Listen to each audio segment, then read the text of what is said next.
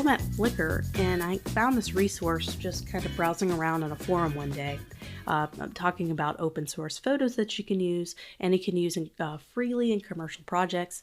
And this is one of the resources that I found is the British Library. And I looked this up, and you are free to use these on anything, even commercial projects.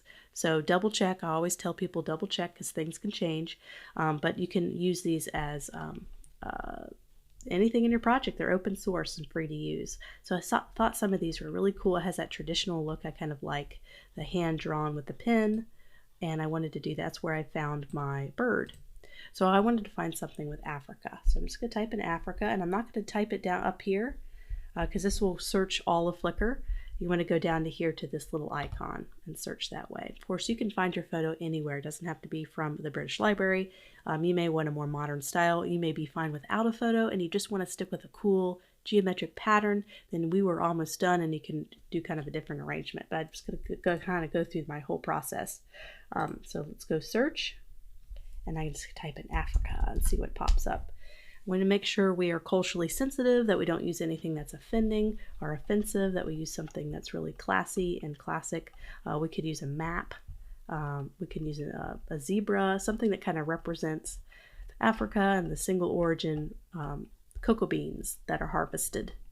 So we kind of want to think about that. We could do the interesting, lots of different options. So I went ahead and found a couple ahead of time, and I'm going to see you in Photoshop, where we're going to prepare those images to be able to be placed on our design. So these are the 3 photos that I found that I thought would be kind of neat and pair well with the other version, the other bar in the series. So I'm trying to think which one would maybe work better. Let me go back to this. This one's good. I'd have to do some Photoshop to cut out. You can tell this was taken a picture out of a book. You can see kind of where the type is. So not all these photos are going to be perfect, but they're free to use. So I'm thankful for that. This looks like it'd be really cool and interesting. So I'm going to go ahead and double click. We'll use this one. If we don't like it, we have a really cool second option. So how am I going to prepare this to go on a white background? This kind of has this kind of old book texture. It was just a picture taken from an old book, so we need to be able to remove that. There's a couple ways we could do that. We could kind of see what we can grab with the magic wand tool. Let's go ahead and select our layer and click and see how good it removes everything. There's a couple ways. There's also a way where we can isolate that color. So we can go to Select, Color Range, and we're going to isolate that vanilla color. So we're going to go ahead and take the eyedropper tool and sample this. Maybe hold down Shift and sample a couple of colors around it. Kind of adjust the fuzziness, kind of the pickiness of it. Okay, I can click on OK, and let's see how well that removed everything. So I'm going to go ahead and just delete. I'm going to go ahead and add another layer underneath, a transparent layer. And I'm just going to delete, and now I'm just left with the ink. So let's go ahead and do a solid color. I'm just going to do a color to test out how well that removed. So I'm just taking this bottom transparent layer and just adding a color to kind of see how that looks. Let's go ahead and do white. So that's white. So that did a pretty good job. I don't like how it removed too much of the plant, but it did a really good job of isolating. I guess that's an antelope or whatever that is, a white. I don't know. It looks like an antelope to me. So I could take the eraser tool. I could remove the elements here and just not have the plant. That's always an option. I could have just added a mask too and just kind of erased it. Let's go back. Let's see what it looked like before. So yeah, it didn't select all that as much as I want. So we can go back and do the color picker again and see if we get some better luck. Or we can go back and manually kind of erase it. So let's go back to color range. Let's unselect.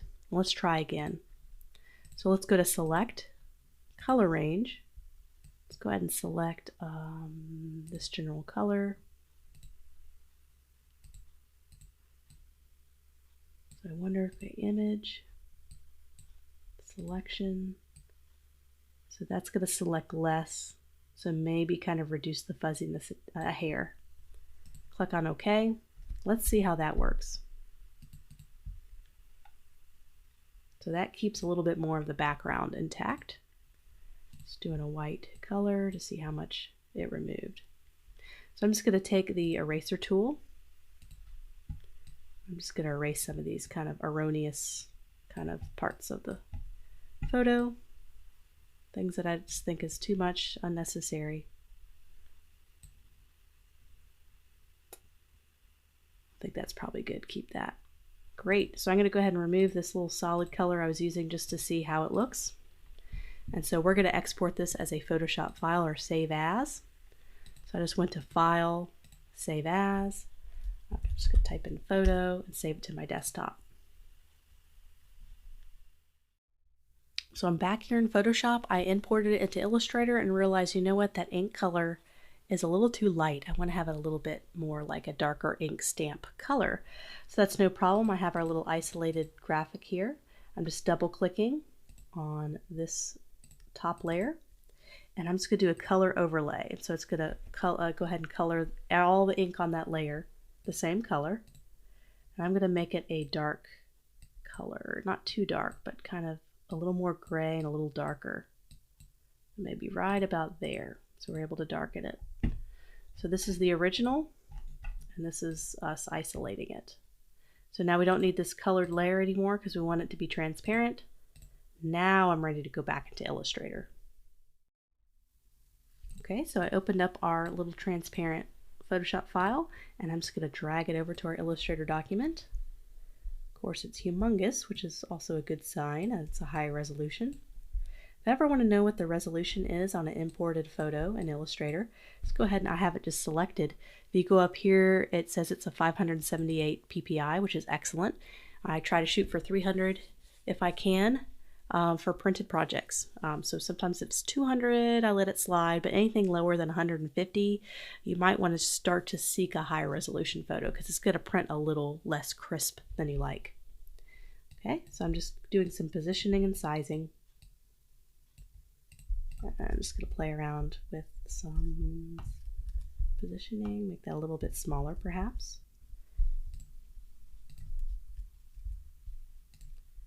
So overall I like that. I can select this, I can reduce the transparency a little if I do think the ink is too dark. Or I want to make it smaller, I can. So I'm liking how this is coming together. I think I want to maybe tweak the pattern a little bit more. And I'm thinking the sticker or this adhesive sticker that's going to go on the front and go up and back into the back and become the ingredients list and the barcode. I want this to be like a linen texture. So when you think about product design, you got to think of the textures and the type of paper that you're going to be printing on. And so I'm thinking of this linen blend. And I want to show the client this, but I can't exactly get this printed yet because we're just not that far in the approval process.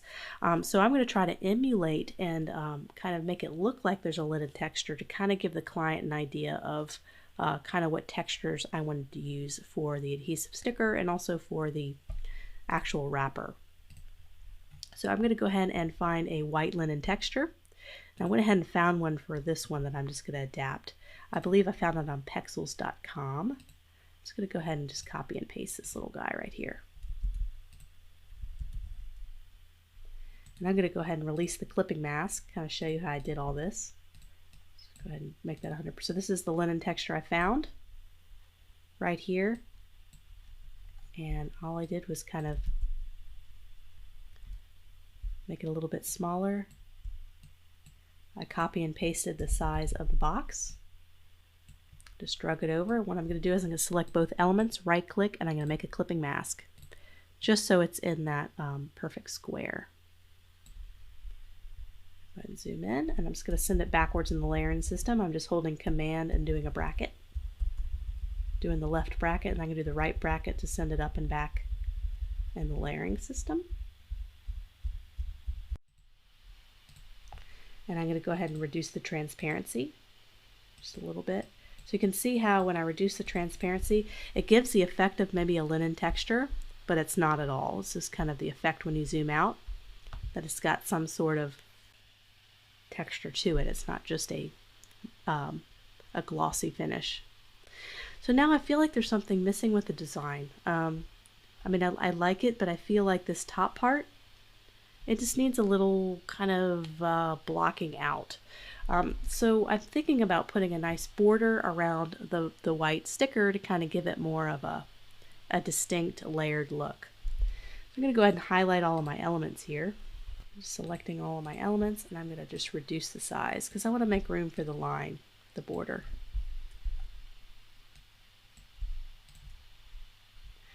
So I'm just going to take a simple box, draw a border, make it a stroke.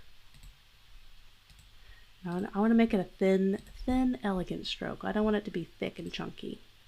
And I do want to do my round join corners and my round cap. Kind of gives it a polished look. So now I may have to play a little bit with the stroke. I don't want the stroke to overpower anything in the design, so I want it nice and thin. And I also want to make sure I have a thick margin between everything, including this line. I can even make it even thicker. Make sure I don't have snap to point on, view, smart guides. So I want to do everything manually. That'll roll off to the other side when we do that.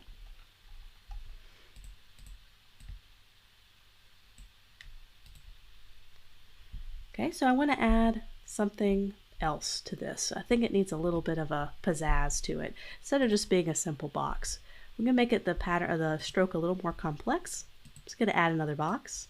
I'm going to hold down Shift as I make this box to make sure it's an even box. I can get my eyedropper tool, sample my stroke, so it's the same style. I'm just going to bump it up. Just going to zoom in here. I'm just bumping it up to this right here. Maybe make it a tad bit smaller. Go ahead and zoom in. Zoom in. There we go.